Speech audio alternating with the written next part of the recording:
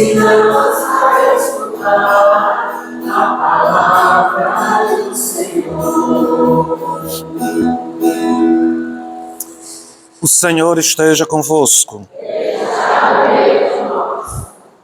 Proclamação da boa notícia de nosso Senhor Jesus Cristo, segundo Mateus. Dirigindo-se para a sua terra, Jesus ensinava na sinagoga, de modo que ficavam admirados, e diziam: de onde lhe vem essa sabedoria e esses milagres? Não é ele o filho do carpinteiro? Sua mãe não se chama Maria? E seus irmãos não são Tiago, José, Simão e Judas? E suas irmãs não moram conosco? Então, de onde lhe vem tudo isso? E ficaram escandalizados por causa dele. Jesus, porém, disse: um profeta só não é estimado em sua própria pátria e em sua família. E Jesus não fez ali muitos milagres, porque eles não tinham a fé. Palavra da salvação. Pelo Evangelho anunciado, sejam perdoados nossos pecados.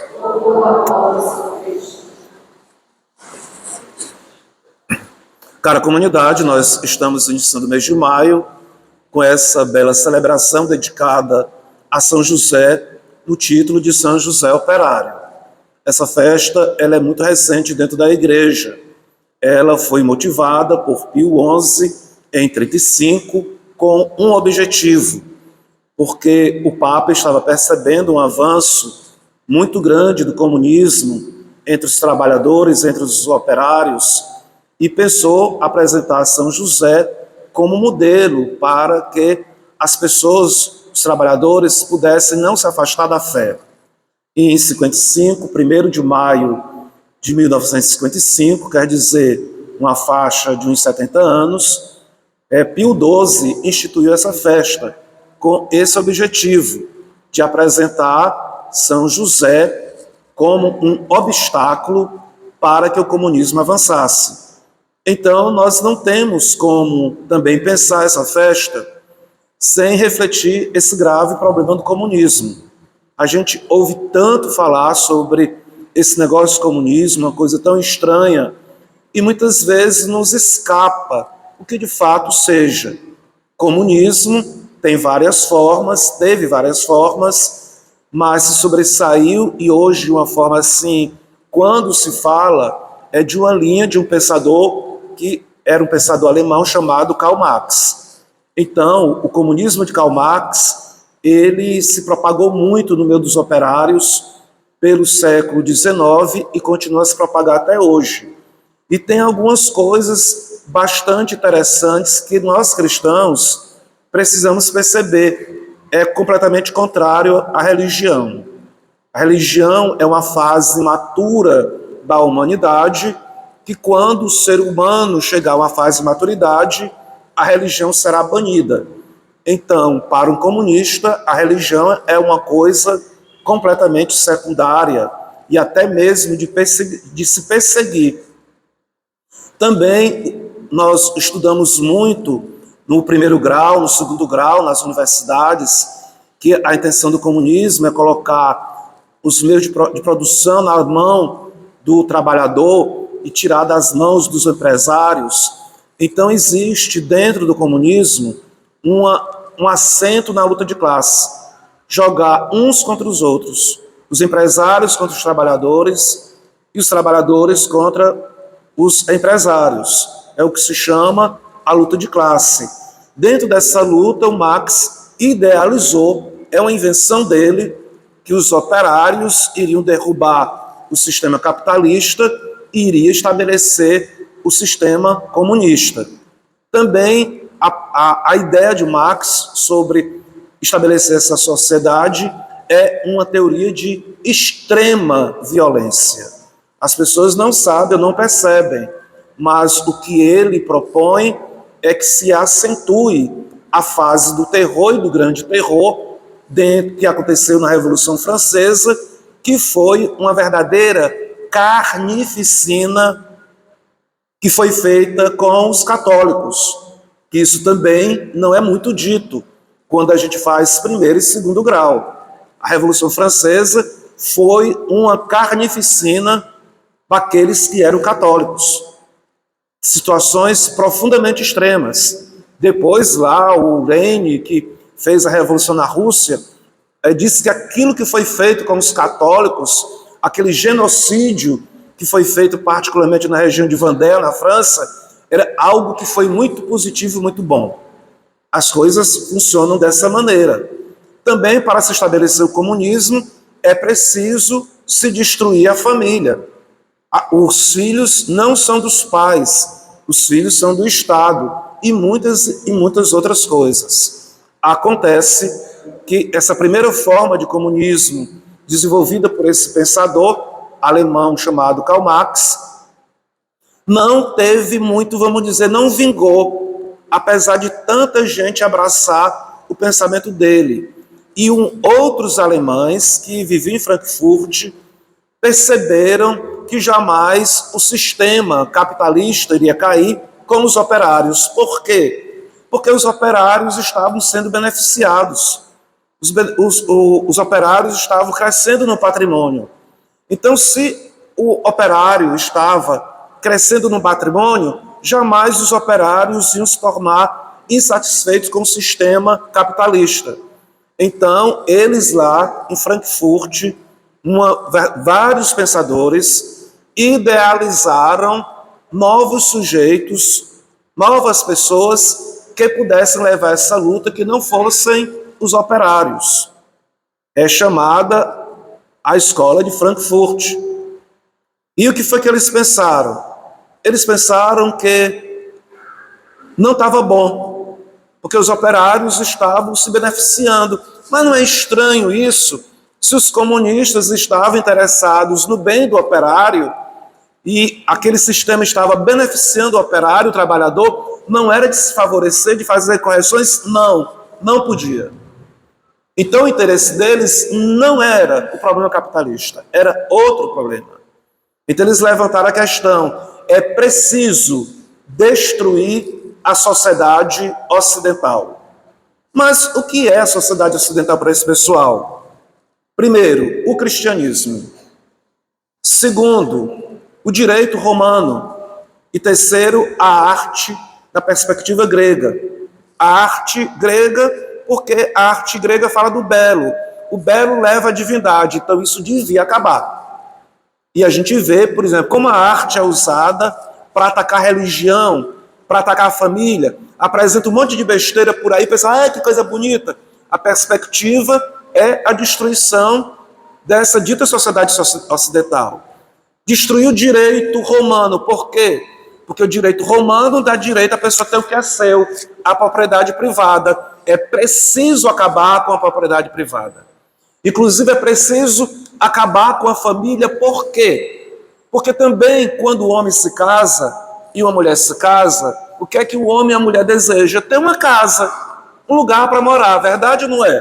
Todo mundo não quer ter o seu espaço, ter o seu trabalho, poder sobreviver. Então, a família é o primeiro lugar onde as pessoas vão construir uma propriedade privada. É preciso destruir a família. É preciso destruir a família burguesa. E vocês não pensem que isto é discurso de antigamente, porque eu sei dos encontros políticos que tem aqui em Fortaleza, que o pessoal fala claramente que é preciso destruir a família. Não vou dizer os responsáveis que dizem isso, mas isso está ao lado da gente. Então, o outro ponto qual é? A destruição do cristianismo. Poxa, que vida! Para o comunismo se estabelecer, é preciso destruir com a nossa fé. E, infelizmente, tem pessoas da religião que apoiam, nós estamos dando alimento para o inimigo. Vocês olhem, por exemplo, o que está acontecendo na Nicarágua.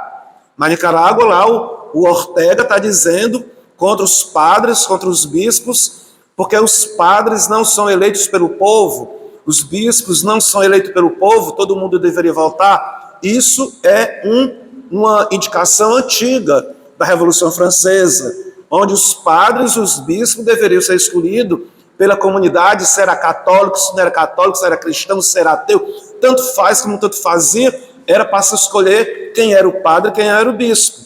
E é claro que isso não funciona, porque como é que pessoas que não são católicas vão ter direito de decidir o rumo da Igreja Católica?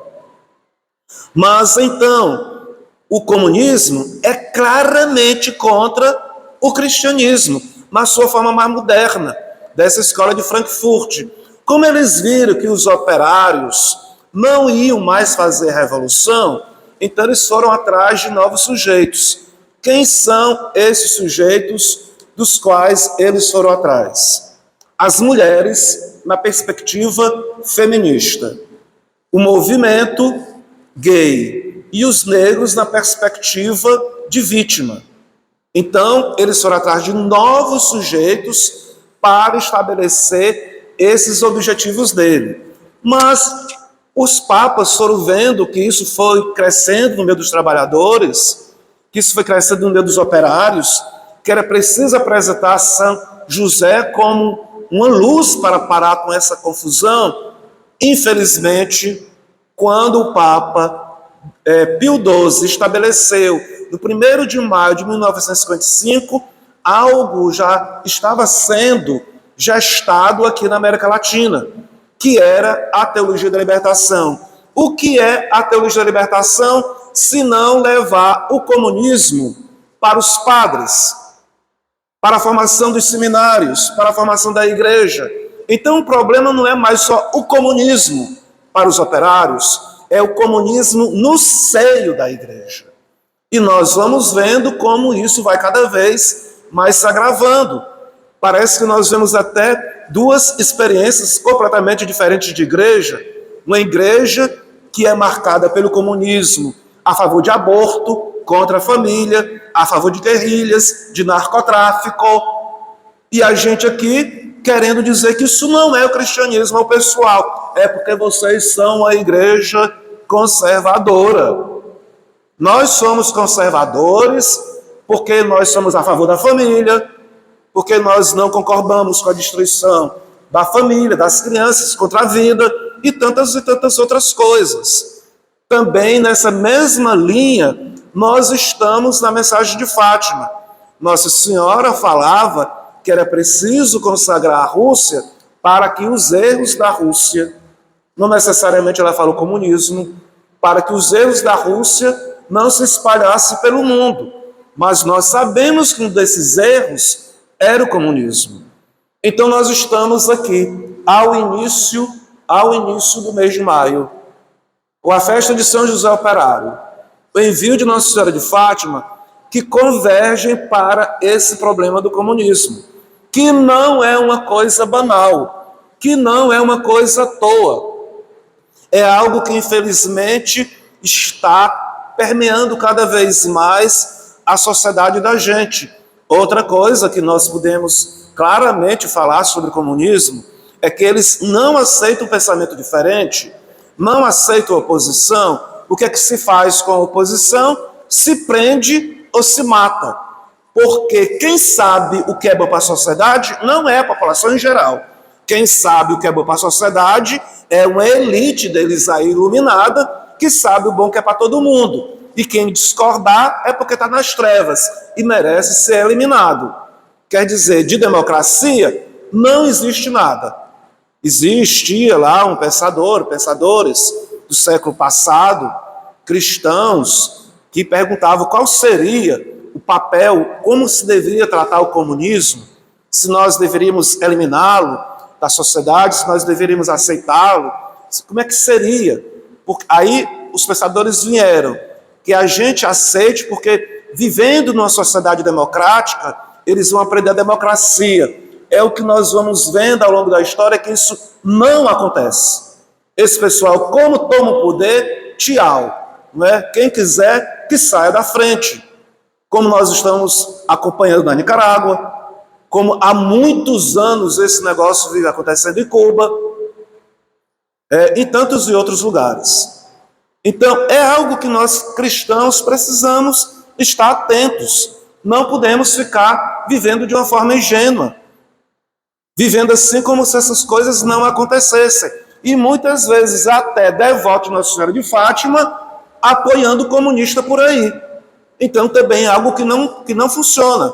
A gente viver a fé cristã votando e apoiando como pagão. São coisas que a gente precisa pedir a Deus o discernimento.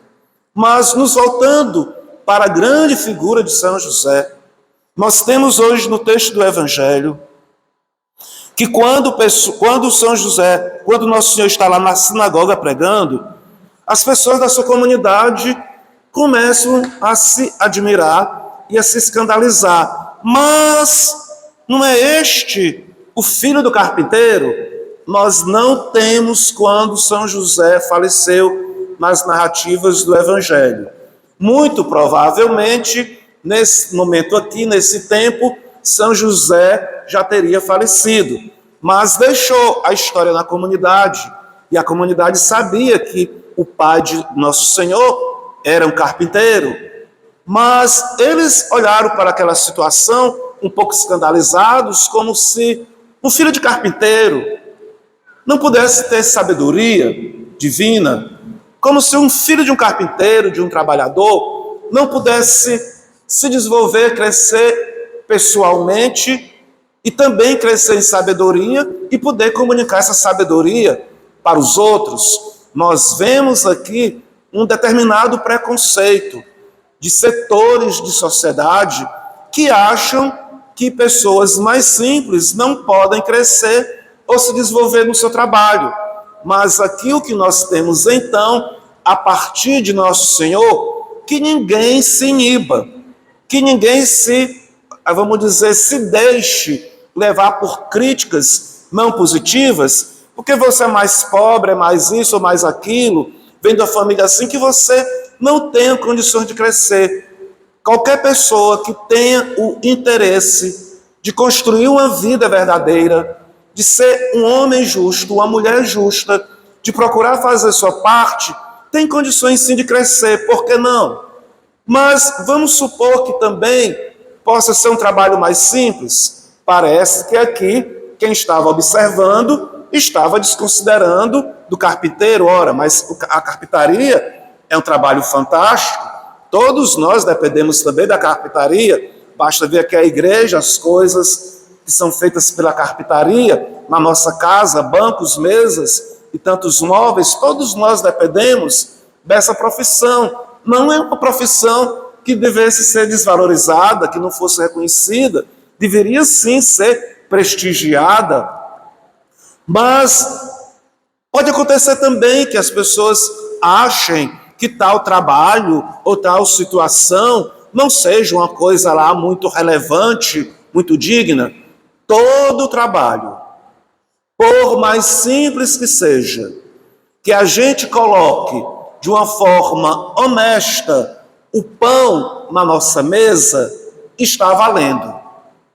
O que não vale é a pessoa até ter um status social muito alto e roubar o dinheiro dos outros para poder ter o pão na mesa de uma forma injusta. Então, nós não precisamos ter vergonha se nós fazemos o nosso trabalho de uma forma digna. Devemos ter vergonha se nós fazemos o trabalho de forma indigna. Também a gente olhando que São José era carpinteiro, e nós sabemos então, pela tradição, que Nosso Senhor aprendeu também esta profissão, esse trabalho, que foi uma coisa que passou de pai para filho, que Nosso Senhor viveu lá na oficina de São José. Às vezes me passa na cabeça o seguinte, não é? O que é que passava na cabeça de São José quando ele trabalhava na sua carpintaria? Muito provavelmente a satisfação de poder, com aquele trabalho, sustentar a sua família. E São José, agindo dessa maneira, através do seu trabalho, fazia que a salvação acontecesse na humanidade. E isto para nós é de grande valor. Se nós também fazemos o nosso trabalho com satisfação, com amor, com fé em Deus, entregando esse trabalho para o bem da nossa família, para o bem e para a glória de Deus, o nosso trabalho, por mais simples que seja, seja no escritório, seja na escola, seja na fábrica, seja na feira, esse trabalho ajuda também a salvação se espalhar por toda a humanidade. Que belo isto, gente! Porque muitas vezes as pessoas podem pensar que para o plano de Deus acontecer, a pessoa precisa ser um monge, um missionário que vai lá para a África. Sim, é importante que nós tenhamos esses carismas, mas dentro da nossa vida, lá no trabalho, fazendo a comida para a nossa família, limpando as panelas e tantas outras atividades que nós podemos enumerar, se nós fazemos isso com amor, entregando para a glória de Deus, Deus se utiliza do nosso trabalho para que a salvação alcance os corações da humanidade.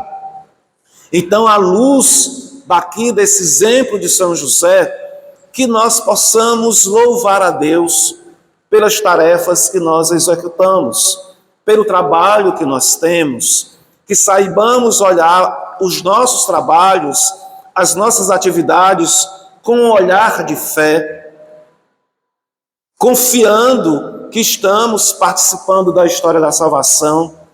Também me vem assim, o que passava na cabeça de nosso Senhor quando ele estava na oficina do seu pai. Vou dizer poucas coisas que me vêm à minha cabeça.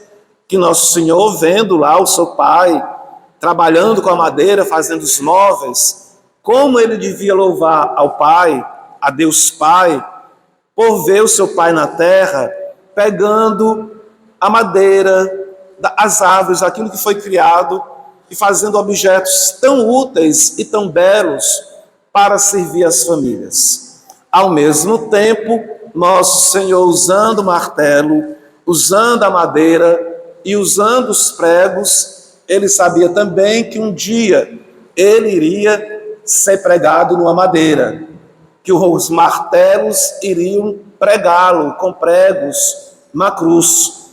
Então, nosso Senhor, ao ver também o trabalho, a atividade humana, ele se transportava para a sua Páscoa, para a sua morte e ressurreição.